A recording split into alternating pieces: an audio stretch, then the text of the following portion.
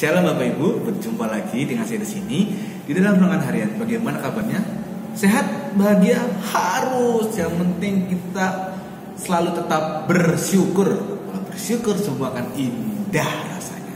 Baik, sebelum kita bersama-sama mendengarkan firman Tuhan, kita bersatu di dalam doa. Kita berdoa. Ya Tuhan yang Maha Baik, ya Tuhan yang Maha Kasih, kami mengucap syukur untuk penyertaan-Mu dalam kehidupan kami, untuk setiap kasih setia-Mu yang tidak pernah berkesudahan. Saat ini Tuhan, kami hendak mendengarkan firman-Mu, biarlah firman-Mu tetap tertanam di hati kami. Bersabarlah Tuhan, karena kami siap untuk mendengarkan. Amin. Firman Tuhan pada hari ini akan saya bacakan dari Matius 22 ayat 34 sampai dengan 40. Demikian firman Tuhan. Hukum yang terutama. Ketika orang-orang Farisi mendengar bahwa Yesus telah membuat orang-orang Saduki itu bungkam, berkumpullah mereka, dan seorang dari mereka, seorang ahli Taurat, bertanya untuk mencobai dia, "Guru, hukum manakah yang terutama dalam hukum Taurat?" Jawab Yesus kepadanya, "Kasihilah Tuhan Allah dengan segenap hatimu, dan dengan segenap jiwamu, dan dengan segenap akal budimu." Itulah hukum yang terutama dan yang pertama. Hukum yang kedua yang sama dengan itu ialah kasihilah sama manusia seperti dirimu sendiri. Pada kedua hukum inilah tergantung seluruh hukum Taurat dan kitab para nabi.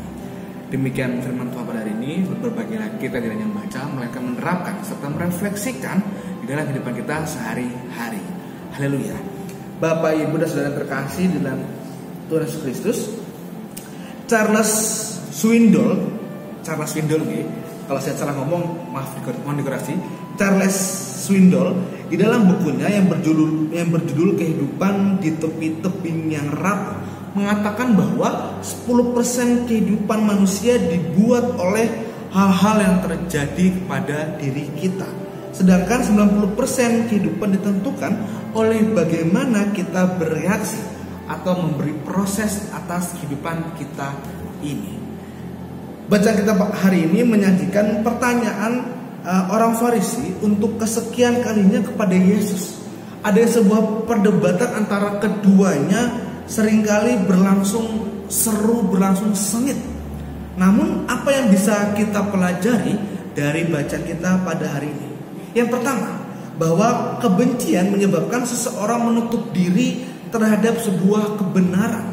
Orang Farisi seharusnya senang karena Yesus bisa membungkam orang Saduki sehingga kebenaran dapat dinyatakan, bahwa kebenaran dapat dibagikan bagi banyak orang. Namun respon orang Farisi justru sebaliknya. Mereka membuat strategi baru. Lalu seorang ahli Taurat mengajukan pertanyaan untuk mencobai Yesus.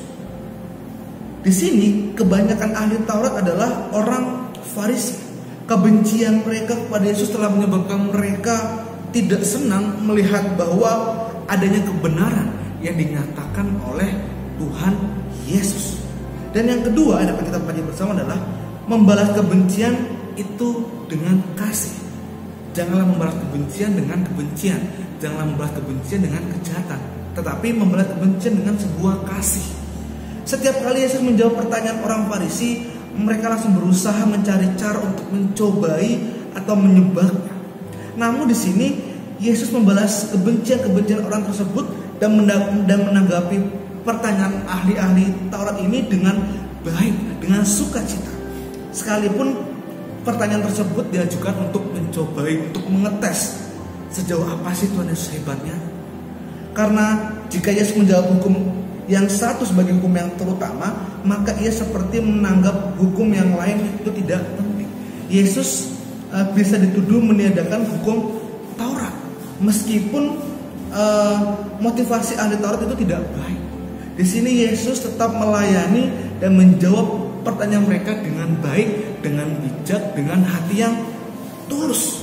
Lalu Yesus merumuskan hukum kasih. Dan yang ketiga yang dapat kita pelajari bersama adalah seluruh perintah Tuhan haruslah kita taati, haruslah kita jalani dengan semangat dan penuh kasih, yaitu saling mengasihi sesama. Kita tidak mungkin bisa menaati hukum yang manapun dengan benar kalau di dalam diri kita tidak ada kasih, kalau di dalam diri kita tidak ada sebuah cinta kepada Yesus, kita tidak mungkin dapat menjalani itu semua.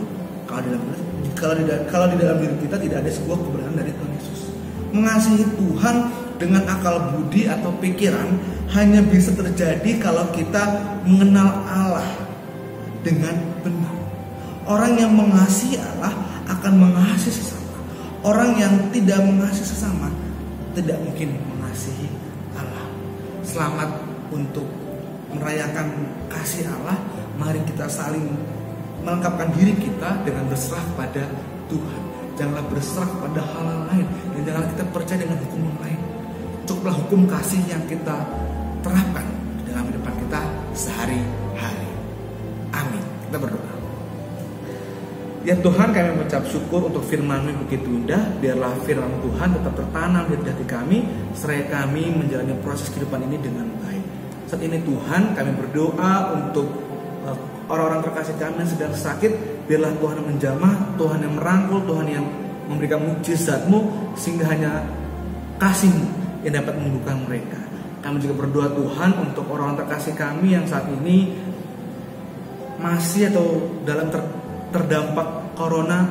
Biarlah Tuhan yang bekerja atas kehidupan kami, Tuhan yang menyertai kami, sehingga apapun yang kami jalani Tuhan membantu kami sehingga kami dijauhkan dari hal-hal yang tidak baik.